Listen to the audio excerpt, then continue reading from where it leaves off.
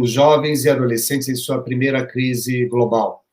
Tivemos aí a presença da Unicef, do PANUS da Universidade de Lexington, do Reino Unido. Na parte da noite, nós tivemos um debate muito interessante sobre a saúde emocional dos idosos em isolamento social. Né? Os nossos idosos já estão isolados pela própria condição, e então tivemos um debate bastante caloroso, com a participação do Renato Veras, do Alexandre Kalash e da Carla Giannini, discutindo este tão difícil tema. Depois, na terça-feira, tivemos o impacto da saúde emocional e mental nos empregados durante a pandemia, como é que as empresas estão se comportando, como é que elas estão reagindo, porque tiveram que, em uma semana, colocar todos os seus funcionários em isolamento social, mudanças, e mostrando como é que eles estão se organizando. Tivemos também ontem os profissionais de saúde no limite da sua saúde emocional, um debate com o Dr. Neuri, com a Karen, com a Silvia do Uruguai.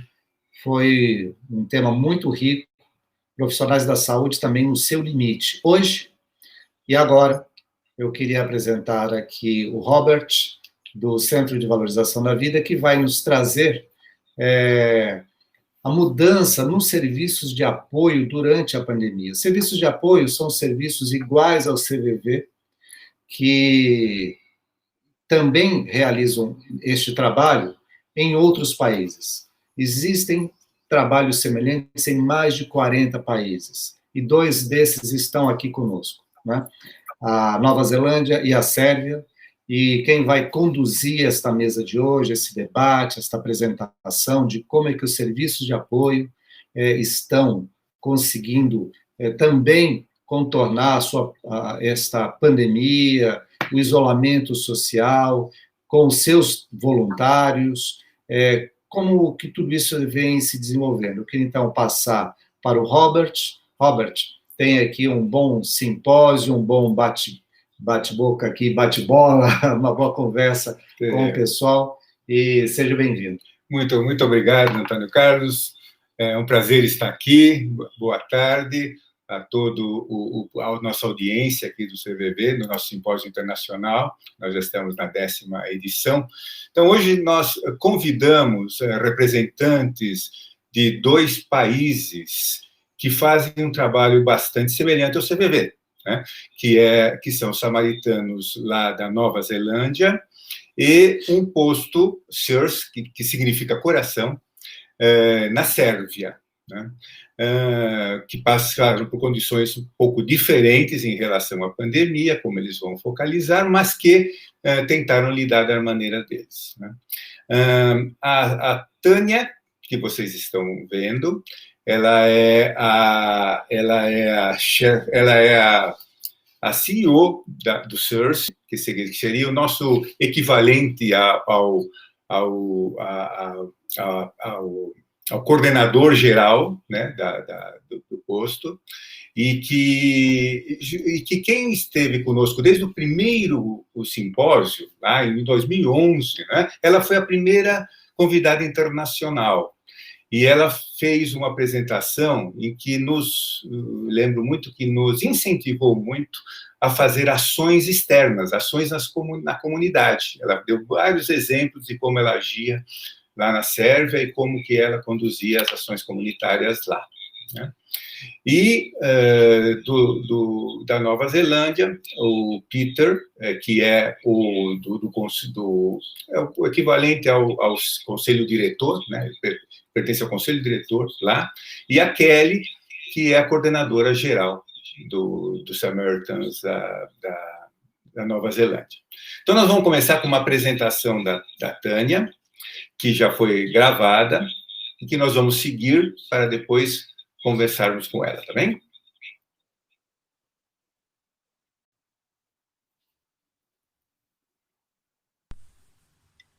Hello, everybody. My name is Tanya. Hello, everybody. And, my name is Tanya. I volunteer in only Serbian I have been active for 29 years now, and we are facing this year some challenges we have never faced before. Like the rest of the world, our center is facing huge challenges due to corona crisis. In Serbia, it started in April. Actually, it started in March. First problem came. Actually, it started in March. First problem came in March, but big challenges in our center started in April. From the very beginning, the measures that our country, Serbia, introduced were very strict, I would say. We had a lockdown from the very beginning. It means that we couldn't move anywhere, literally, starting from 5 p.m. till 5 a.m., which is rather difficult if you think about life under such circumstances. So you have to be home at 5 o'clock in the afternoon, and you can't go anywhere till 5 o'clock in the morning. And it was obvious in our center that our work will have to change a lot because of that. Because our normal working hours are from 2 o'clock in the afternoon. And as we couldn't go to the center, we decided to switch and start to work from home. So the duties were in regular hours from 2 till 11, but we didn't move from home. We did everything from our computers. The main difference comparing to normal work was phone connection. We decided, unfortunately, to stop offering this kind of services. We announced that on our website that we won't be able to answer phone calls. So we were answering emails and we were offering chat service as usually. I have to say that in the beginning, although it was very strange to all of us, the calls were more or less the same. The problems were more or less the same. We didn't talk a lot about coronavirus. Actually, we did talk, but it was not the main topic of our conversation with our callers. So it went on like that for more or less 2 months. And then the results that we were getting, I'm talking about medical results, on a level of the state were very encouraging. We had really just small numbers, speaking about infected, speaking about dead, and speaking about very difficult cases on ventilators. So the state actually moved back to normal life. And of course, our center also just switched back to normal activities. We started to go to our center regularly to give our support as before. And yes, we still talked about the virus, but not a lot because we didn't have a lot of infected people. It would be like maybe 10, 15, 20 on daily basis, so we didn't really care a lot about that. And then in the end of June, last 2 weeks of June actually, the number of cases started to grow significantly. We, as a center, of course, were very worried about our volunteers and about everything that was happening among us, but we decided this time to keep in center and to offer our services as we did before. This time, however, we felt a lot among our callers that they are worried about Corona, because it seemed in a way that during these first 2 months, people were ready to fight, were ready to resist, were ready to be brave, to be whatever it was necessary. And suddenly everything was okay, under quotes, of course. And then during this second period, starting from the middle of June, everything was different, because people didn't have faith or courage or energy or willingness or anything else to continue. And they would start to send messages like, I thought it was over, it was okay once, but I can't go through the same hell again. I had enough, that was it, I can't stand it anymore, and so on and so on. So we faced a lot of calls with those issues.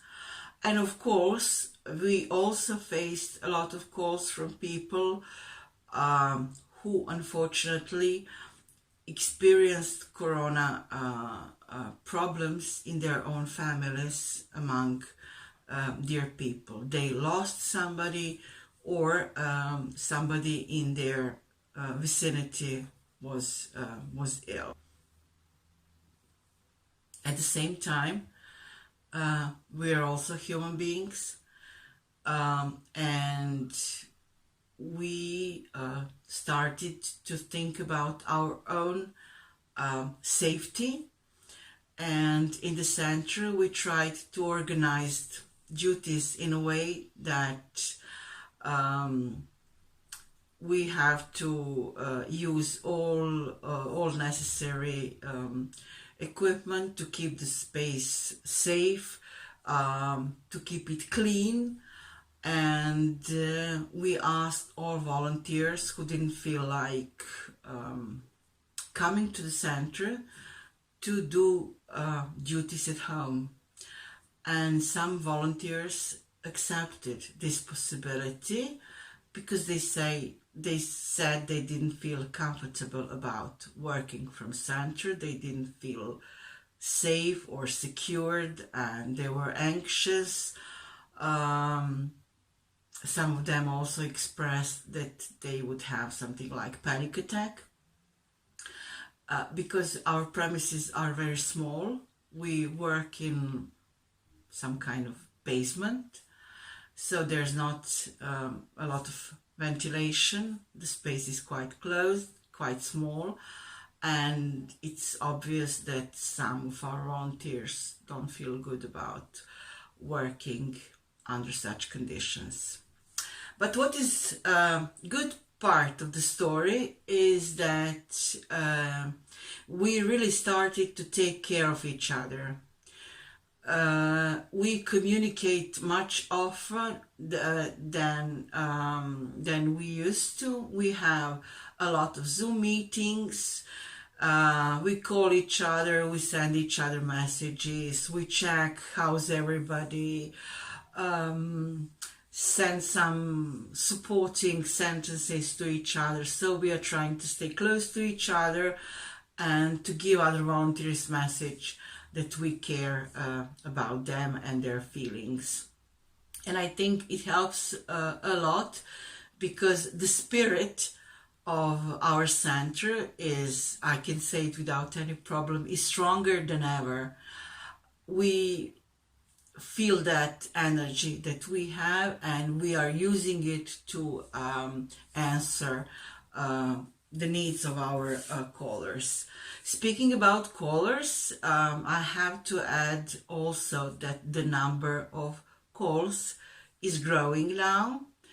So we expect that we will have around 20-25% more calls comparing to last year, and almost for sure all this increase is connected to corona crisis.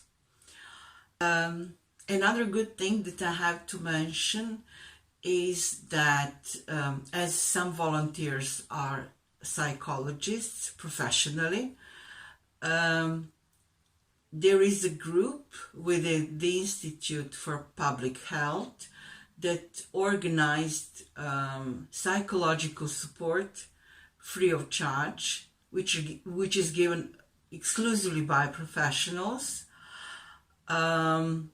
And some our volunteers who are psychologists by professional background decided to join also this group and to offer their knowledge and support and time and energy to all people who have psychological problems connected to coronavirus.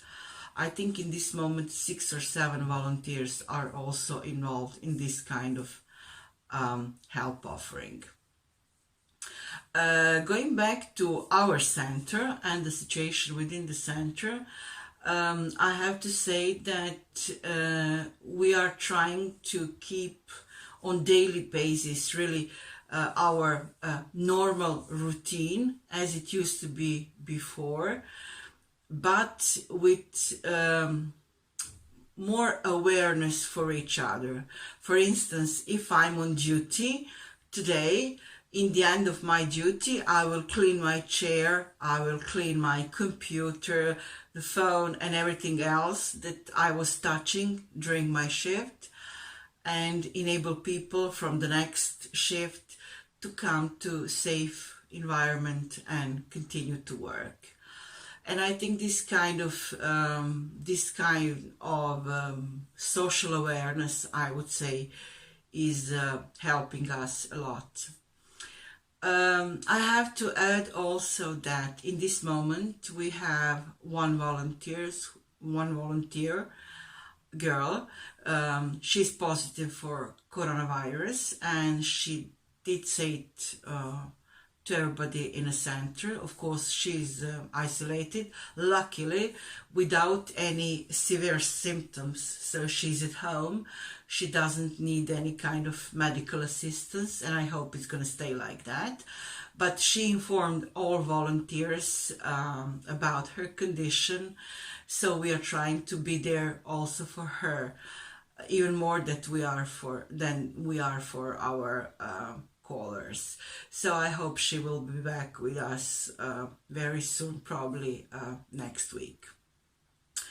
The next thing that changed in our center is that we are getting a lot of calls from other organizations who would like to give some kind of contribution to the community during this crisis.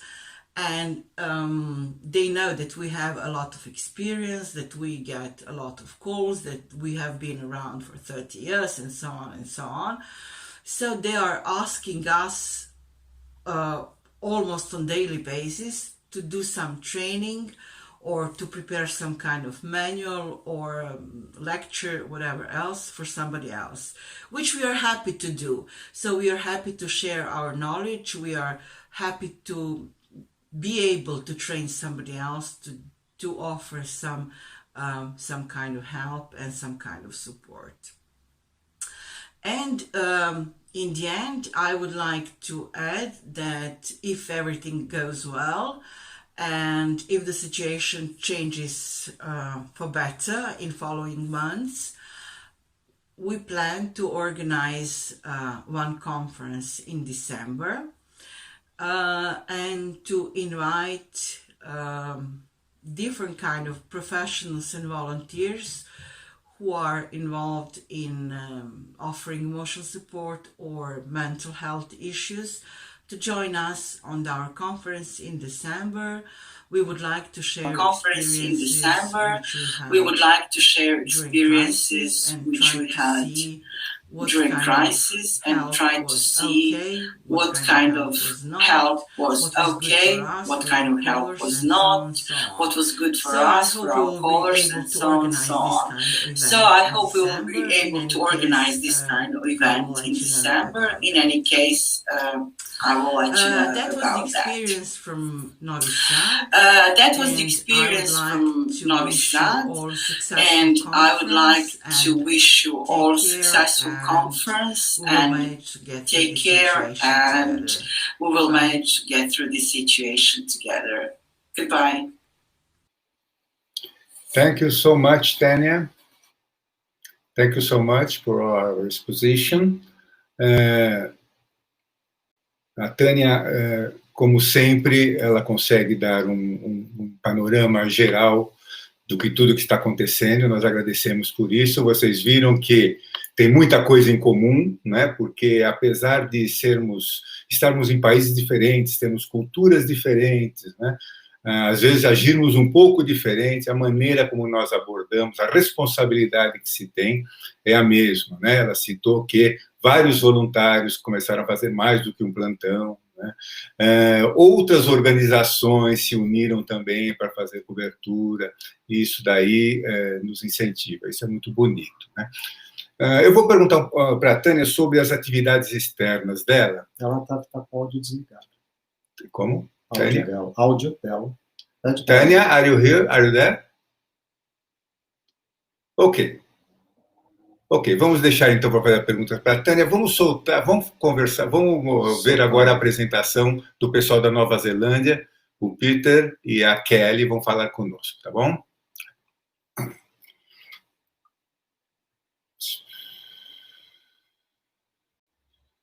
Espero, né? Welcome, and thank you for inviting Wellington Sams to be part of your international symposium.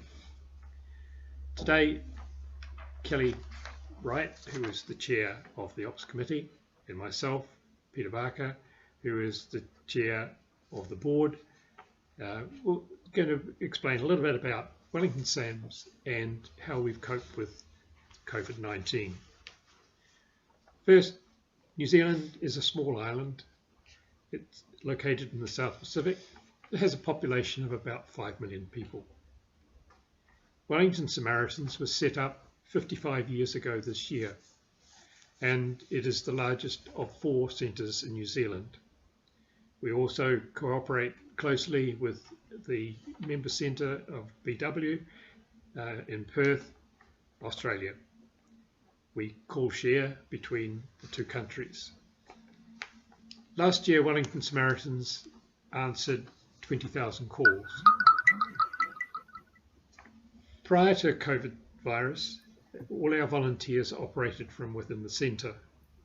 There were always 2 people on duty, and there was a shift leader who was available to help out should there be some difficult issues. The pandemic meant that in New Zealand, all people over the age of 70 or those who had health issues were not able to leave home, except for going out and doing exercise, but otherwise they were confined to barracks. This meant that many of our volunteers were not able to come in and do duties. Samaritans as a service was not initially declared an essential service. However, this was changed quite quickly. But because of the lockdown rules, we were not able still to have volunteers enter the centre. So we had to think differently about how we were going to work in order to be able to provide a service. We did this by being able to manage with our telco to set up a service so that all our volunteers who were able to could take calls from home. And there were a number of issues around that, but not all volunteers were able to do so. So it meant us having to think differently. I'll now ask Kelly to carry on and give us a little bit more about what we've done and how the lessons we've learned. Thanks, Peter. All right, well, COVID and the lockdown has certainly had a huge impact on us, and I'd like to think has been mainly beneficial, actually. We started the year with 98 volunteers, and only about 50 of whom were actually active at the time. And as Peter said, all of them were taking calls from the centre at Hill Street. At the end of this lockdown period, we now have only 30 active volunteers, although there are 67 on our books. It's a huge drop for us. 8 new trainees have just finished their training, and so we have a lot of rebuilding to do. But we're working on that, and we think we've got a plan. At level 4, we arranged for the telephone link to those SAMs who are willing to do home-based calls, something which was a huge paradigm shift for us at Wellington. And we organised a Google Doc for those home-based SAMs to enter their call details. We had about 33 sign up, and of course they were done solo from home. But the interesting factor about it was that our shift leaders really stepped up to give additional support for those people working from home. Only about 5 were doing solo shifts from the call centre in Hill Street, and again the shift leaders were able to help them a lot as well. All of the people doing shifts during lockdown weren't at work. They had much more time, so they were giving many more hours to shifts than they would normally do. So although we had far fewer people actually on duty, we were answering more calls, which was a real positive for Samaritans and our callers. The other learning experience was using Zoom, which was a benefit to us in that we were able to keep in touch with our Samaritans for our skills development evenings and our supervision evenings. And our volunteers enjoyed those evenings, and we'll probably continue to use Zoom where we think it's necessary, probably more for our supervision evenings. And as lockdown eased, a number of SAMs, probably the less active ones anyway, decided to resign. They've reassessed their time and are going to move on. Volunteer Wellington advises us that across the board, volunteer organisations have lost about 70% of their volunteers. So, and there's a bit of a shuffle around with volunteers leaving one organisation, joining another. We've had 50 expressions of interest from people wanting to perhaps join Samaritans. So that is starting the rebuilding process for us. With the post-COVID changes, we did a little survey, and many of the volunteers want to retain that flexibility of being able to do shifts from home. So some people don't like that at all, and they've come back to doing their shifts in the centre, and we will certainly encourage our volunteers to do shifts from the centre, but we want to allow that flexibility to continue. So the operations committee has recognised the need to adapt the way we do things, and we're working on guidelines which the board has approved, so and allowed us to carry on with that plan. A lot of our responsibility, we know, will fall upon the shift leaders, and they, at this stage anyway, are very willing to increase their supervision and keep a really watchful eye on our volunteers. We've introduced, thanks to the Shift Leaders Initiative, a buddy system where all volunteers will be allocated to a small group of about 10, headed by a shift leader or a senior SAM. And those buddy groups will meet every 2 or 3 months via Zoom, so that they can enjoy supervision and exchanging their experiences, both good and bad, which we think will really help our SAMs within those small groups to have a greater sense of connection and belonging to a team, rather than just being part of a huge group. We also plan to introduce towards the end of the year, once all this is settled down, peer supervision system whereby we will put our Samaritans in groups, in paired groups, so that they can supervise each other on whole shifts calls to listen in to each other and give feedback on how they're doing. Once we've started that, we will assess how often that needs to be done during the year. Our post-COVID weak spot is our lack of a one logging system like FileMaker is at the moment. We've got the two systems, one on Google Docs online and one on FileMaker for the Hill Street based volunteers, and we need to have one system. The Google Doc system at the moment, we have one Sam who faithfully transfers the entries from that to our FileMaker system, and it's laborious and time consuming and not sustainable in the long run. So we'd love to know of any cloud-based system which could be safely used by all our centres, by home-based and in the centre, and can be seen by everybody and used straight away. So that's something we need to find.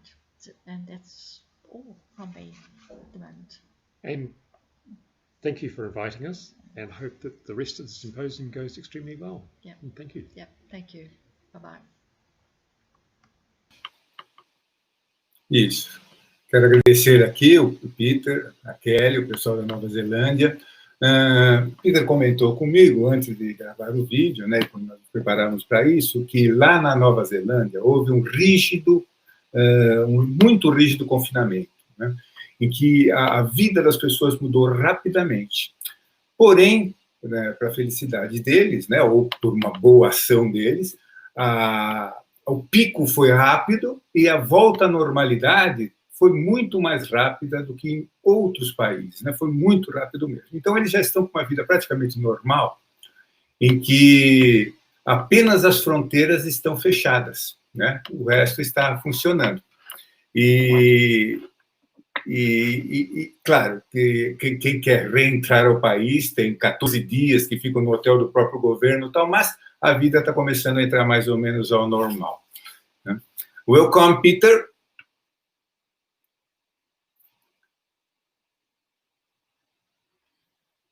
Can you hear me? Can you hear me now? Yeah.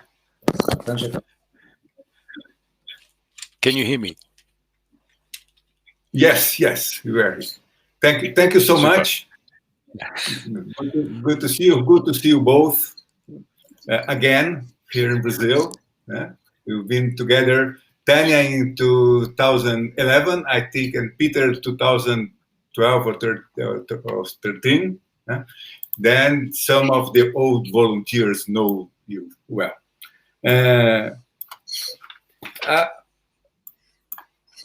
I would like to know, Peter, you told about the effect of the pandemic, of your operation, etc. Can you tell us about something about the effect on the volunteers? Eu perguntei para o Peter que ele falou sobre o efeito da pandemia nos serviços, etc. Eu perguntei alguma coisa sobre o efeito nos voluntários em si. I think the initial lockdown was very severe for us, and I think there was a lack of understanding and about what was actually going to happen. The government itself was very proactive and was certainly making sure that the virus was not going to spread as anyway. We were fortunate in our centre that none of our volunteers contracted the virus, and to date none have. The volunteers who were able to take calls from home have found it extremely useful, and were certainly much busier. The types of calls that they received were from people who were feeling very isolated, because particularly for those people who were over 70 or had health compromised issues, they were not allowed out. And they were not allowed out for a period of roughly 6 weeks. And that meant that while they were able to be visited, they were only be able to be visited by family members or people who were designated to go and see them. So the effect on the volunteers, some of them liked the lockdown. It meant that their life became somewhat more compressed, less restrictive in some ways, less busy. For others, it became busier. So, yeah, it was a mixture. Uhum. Thank you, Peter. Peter falou que, como que ele já tinha dito, que lá foi muito severo e a restrição foi muito severa, mas disse que nenhum dos voluntários contraiu o vírus, felizmente, né? E o trabalho a partir de casa foi muito útil, né, como todos nós sabemos, e parece que a maioria dos postos do mundo fizeram esse movimento, né? Depois a gente vai falar um pouco do CVV. Lá, os voluntários acima de 70 anos foram realmente proibidos de irem ao posto e foi armado equipamento para eles em casa.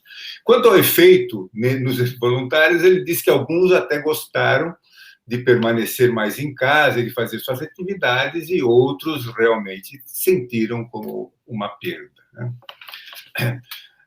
Tanya, eu vou perguntar para a Tanya que o posto da Sérvia sempre se destacou por muitas atividades externas, né? Então, eu vou perguntar para ela se ela continuou fazendo alguma atividade externa, ou mesmo virtualmente, né? E como isso funcionou. Ela tem que abrir o microfone. Tanya, open our audio. I would like to ask you about the activity, the external activity of our branch. I know that was a terrible period, but you in Serbia have incentivized us a lot to develop the activities on the community and etc. And you learned a lot from you. And in this period, would you be able to keep some activity even virtually? Thank you. First of all, activities did change, obviously, because the situation is a bit different this year. And the biggest music festival, the one I was talking about when I was in Brazil, was postponed for August.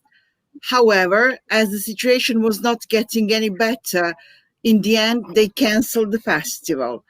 And although we were preparing a lot for the festival and for challenges of meeting 50,000-60,000 people, it was canceled in the end. So we couldn't do anything else. However, we have some other activities which we do as outreach. The first one is school, because school in Serbia starts on September the 1st. And it's going to be the first time since the crisis began that kids will go to school. And it's going to be a huge challenge for children, for parents, and for teachers. And they are very afraid. They're insecure. Nobody knows actually how it's going to work. However, we plan to go inside schools and offer support for all of them, for children, for staff, and for parents. So that would be the first activity we plan to do.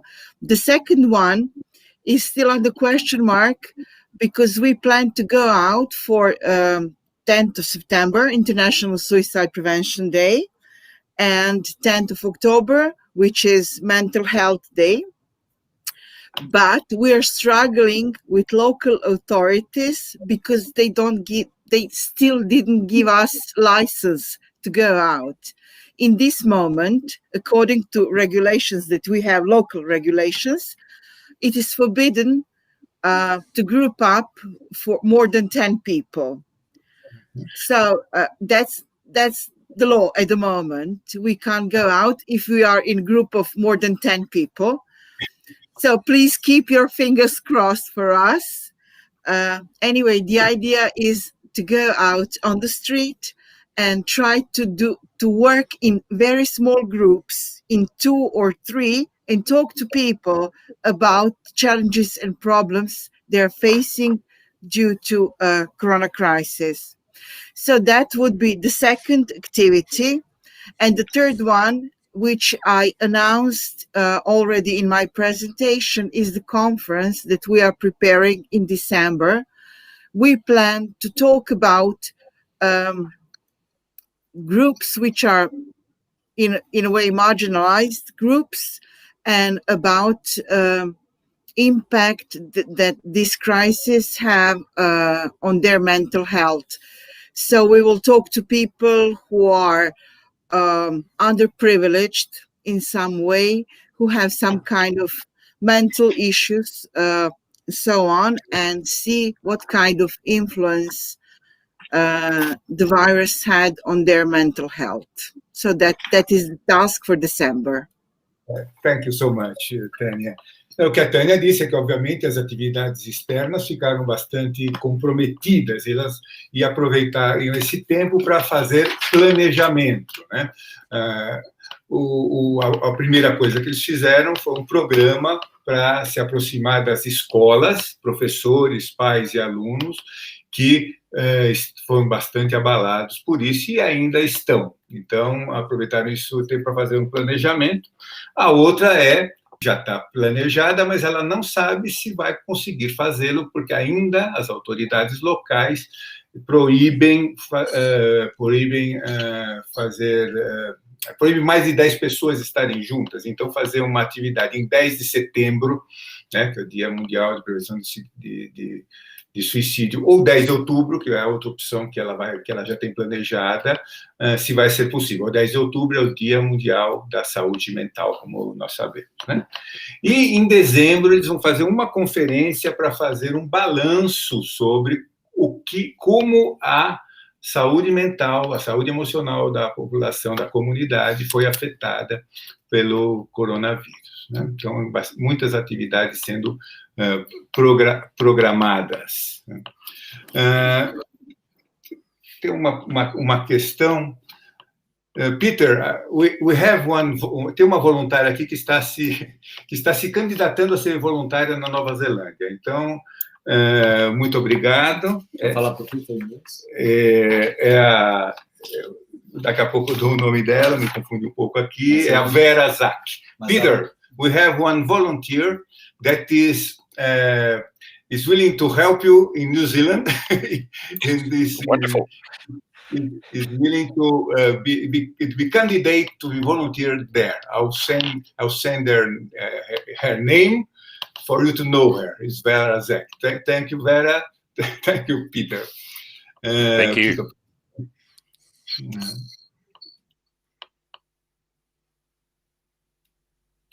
Yeah. For Peter, we have a question about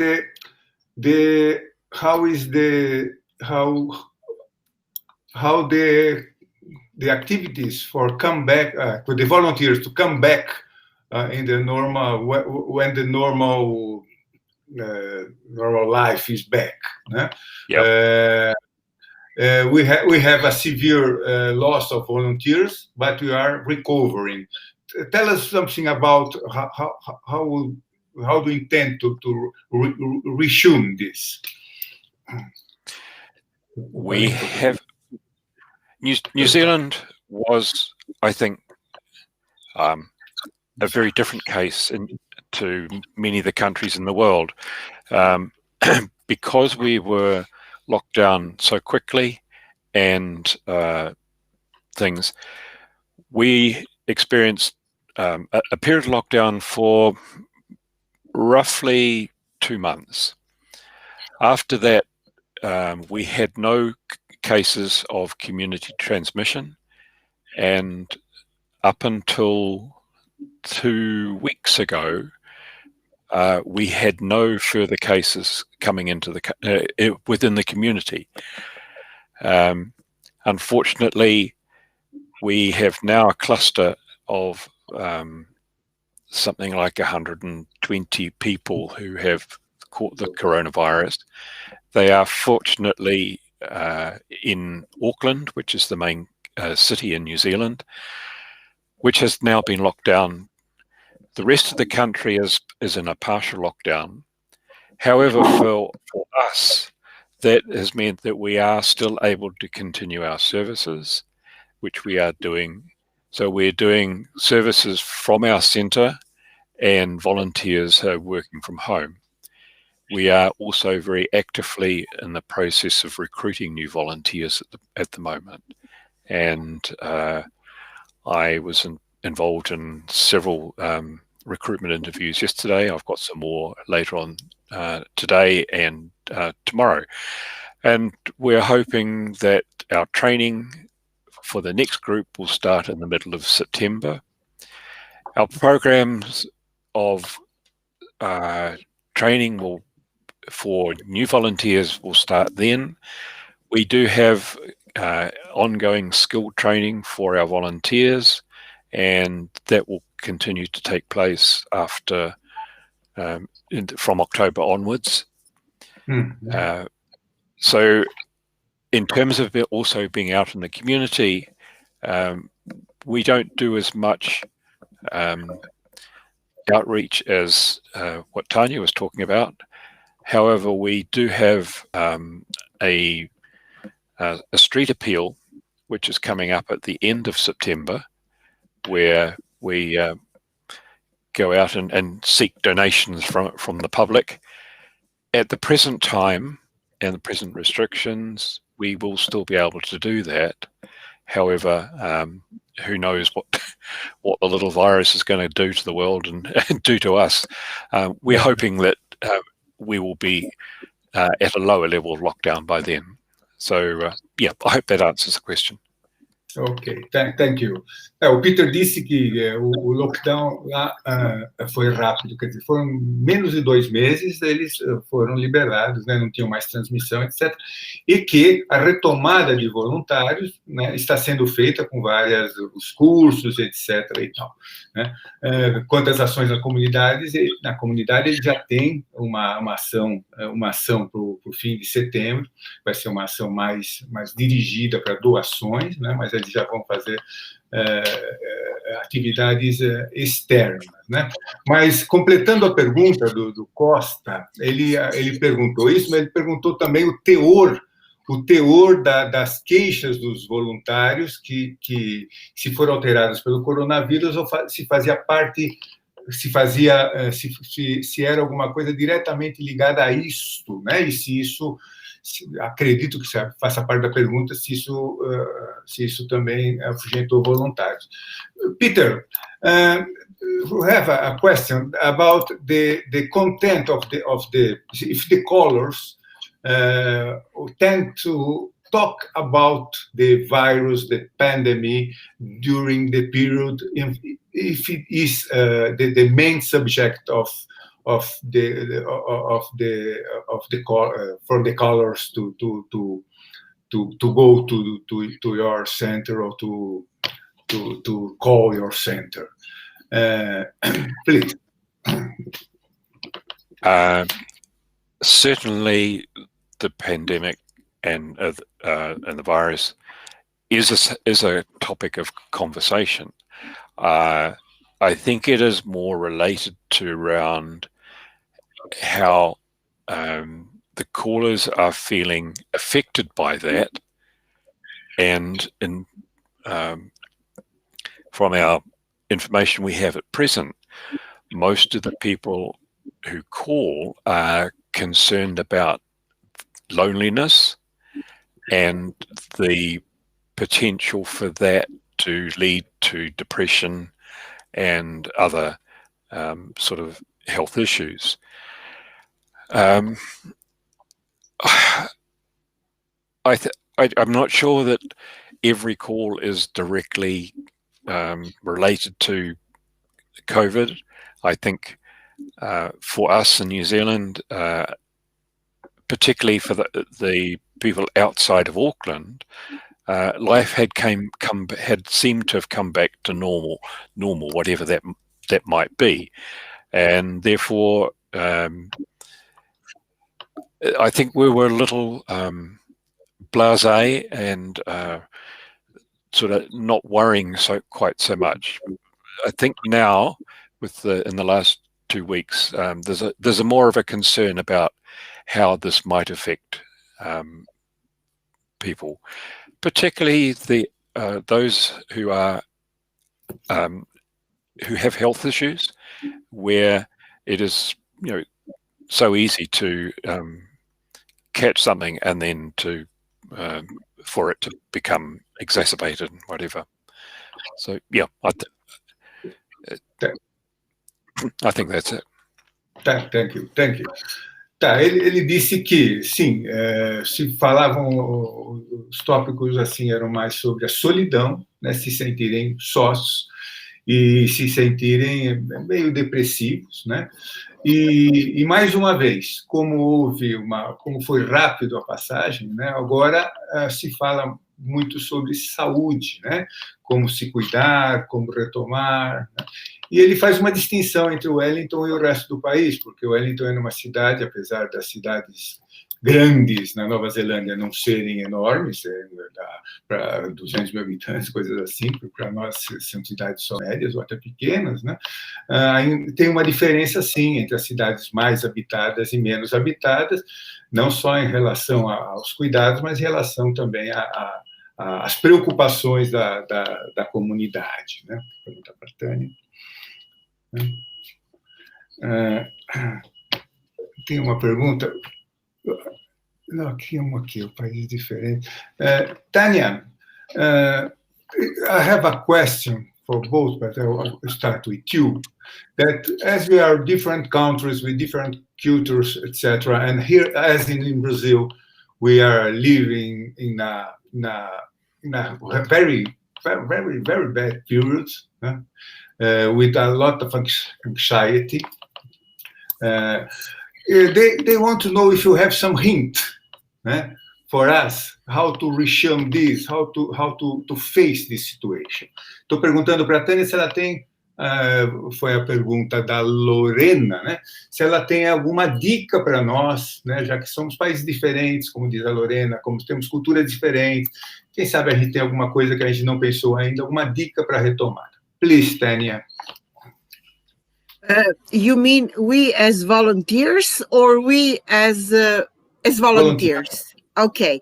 Well, I think personally that we are already doing a lot, because the fact that we are helping somebody, that actually is helping us a lot. It's very powerful protective mechanism, by the fact that you know that you are doing something useful for somebody else. Actually, you're protecting your own mental health. So I think we should keep that in mind, definitely. That is the first thing. And the second thing, actually, I was listening to Peter when he was saying about recruiting new volunteers and getting bigger number of volunteers for the work. Actually, it happened in our center spontaneously, because when we started to work at home, we got a lot of volunteers who left centers some time ago. They wanted to reconnect with center and start to do duties at home. So my advice is maybe to see this kind of work as an opportunity to involve some ex-volunteers again in doing duties. That is the second thing, my second message. And the third message is to try to be good support to each other. We are trying to talk to each other as often as possible, whether it is face-to-face or Zoom or whatever else, but try to see how other members of the team feel, what kind of fears do they have, what kind of anxieties do they have, are they facing some kind of challenges at home, whether in physical or in mental or any other spectrum of their life. So try to be supportive and close to your fellow volunteers. Those are three main messages, I would say. Good. As dicas que a Tanya está dando, né? E primeiro ela disse que, como o nosso tipo de trabalho, você se sente útil, né? E você se sentindo útil, você ter em mente essa responsabilidade. Isso é um incentivo, né? Isso é uma motivação para se manter sadio, mentalmente, inclusive, para continuar ajudando os outros, né? Isso ela tem observado lá no posto dela, e nos voluntários dela.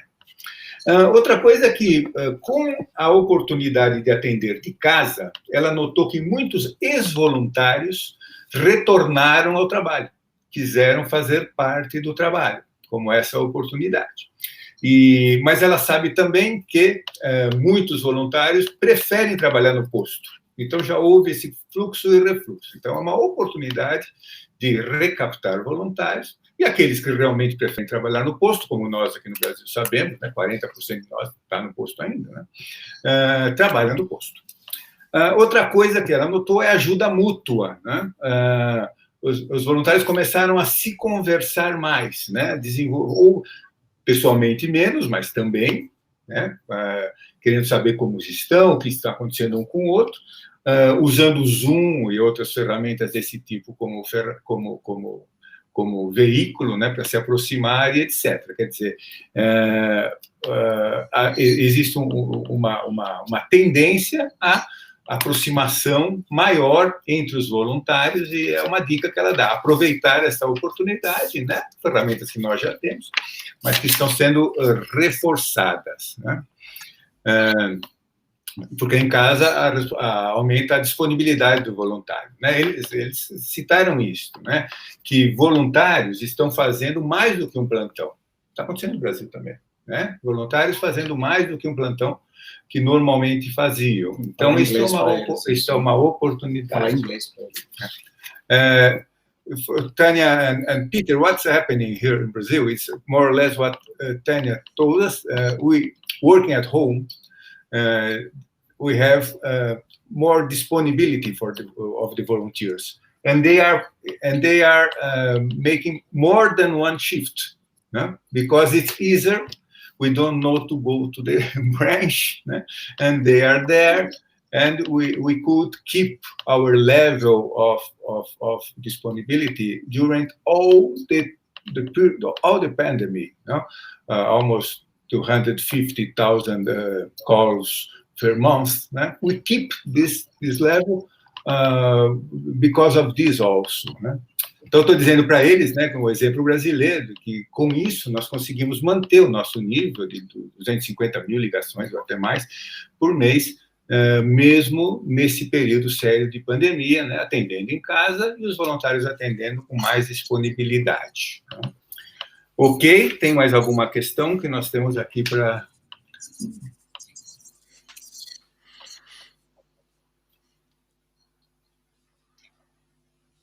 Ok, temos vários voluntários agradecendo os nossos palestrantes internacionais. A lot of volunteers are thanking you for this, for the exposition, and to make this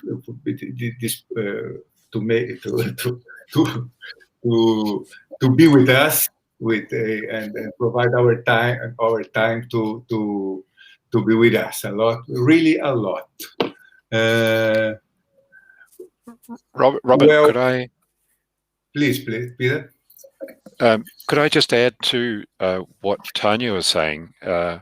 One of the ideas that Kelly came up with for our volunteers is that from the operations group, we have a number of people who we call shift leaders, and we've now set up a buddy system so that each of the shift leaders will contact on a regular basis each of a small group of volunteers just to see how they're going, what's happening, and to ensure that life for them is okay, and if they have any issues, how that can be dealt to. Perfect. Good. O Peter está dizendo que ele tem vários voluntários de risco e essa ajuda que a Tanya citou na Sérvia, né, também está acontecendo lá. Ele tem o que ele chama de shift leaders, né, que é parecido com os nossos líderes de grupos, né, mas lá cada plantão tem um responsável fora do posto também, que eles podem contactar se eles tiverem alguma dificuldade, né? Aqui no Brasil ocorre, mas não ocorre em cada plantão. Nós temos os nossos líderes de grupo, quando nós temos alguma dificuldade, nós recorremos a eles, né? E esses chief leaders estão com um trabalho tremendo de contatar muito constantemente cada grupo, trocando ideias e se aproximando muito dos voluntários, querendo saber sobre sua vida, quer dizer, eles estão funcionando como um CVV dentro do CVV, e quase como uma atitude normal e alguma coisa que vai ficar, né, como depois dessa pandemia. Você podia falar do CVV agora. 60% dos atendimentos. Tanya, Peter, I'll talk a little bit about CVV in Portuguese, and then I'll give you a summary, okay? Or I'll send you a summary. Ok. O CVV, o que acontece? Acontece que, como eu estou citando para eles, nós conseguimos manter o nosso nível de atendimento, olha, que é alguma coisa que não dava nem para se prever no começo, porque seria muito natural que acontecesse, como está acontecendo. Nós temos contatos não só com a Sérvia, com a Nova Zelândia, com muitos outros centros, né, Samaritanos, e pessoal que faz esse trabalho de helplines no mundo, e todos tiveram perdas de voluntários, e muitos tiveram até um fechamento provisório de postos, né? Nós conseguimos manter o nosso nível, o que interessa é o nível médio e global, né, de atendimento. Isso graças à tecnologia, né, que rapidamente o nosso pessoal aqui da área técnica conseguiu fazer com que os nossos voluntários trabalhassem de casa, atendessem de casa, né, e nós evitamos que houvesse uma descontinuidade no nosso trabalho. Então, não houve nos nossos atendimentos. 60% das ligações são atendidas em casa. Isso, 60% das nossas ligações estão atendidas, não são 60% das voluntários, 60% das ligações. 60% das ligações estão sendo atendidas de casa, quer dizer... Das 220 mil do mês? Não é brincadeira, né? Porque nós temos 150 mil das 250 mil atendidas de casa, o que fez com que o nosso trabalho, que é um serviço de utilidade pública, né? e que é uma coisa reconhecida pelo Ministério da Saúde, etc., fosse cada vez mais valorizada, né? Bom, we run off of time. Nós acabamos nosso tempo. Nós queríamos agradecer. Thank you so much, Peter. Thank you so much, Tanya. Agradecer aos nossos convidados internacionais. Tanya, palavras finais.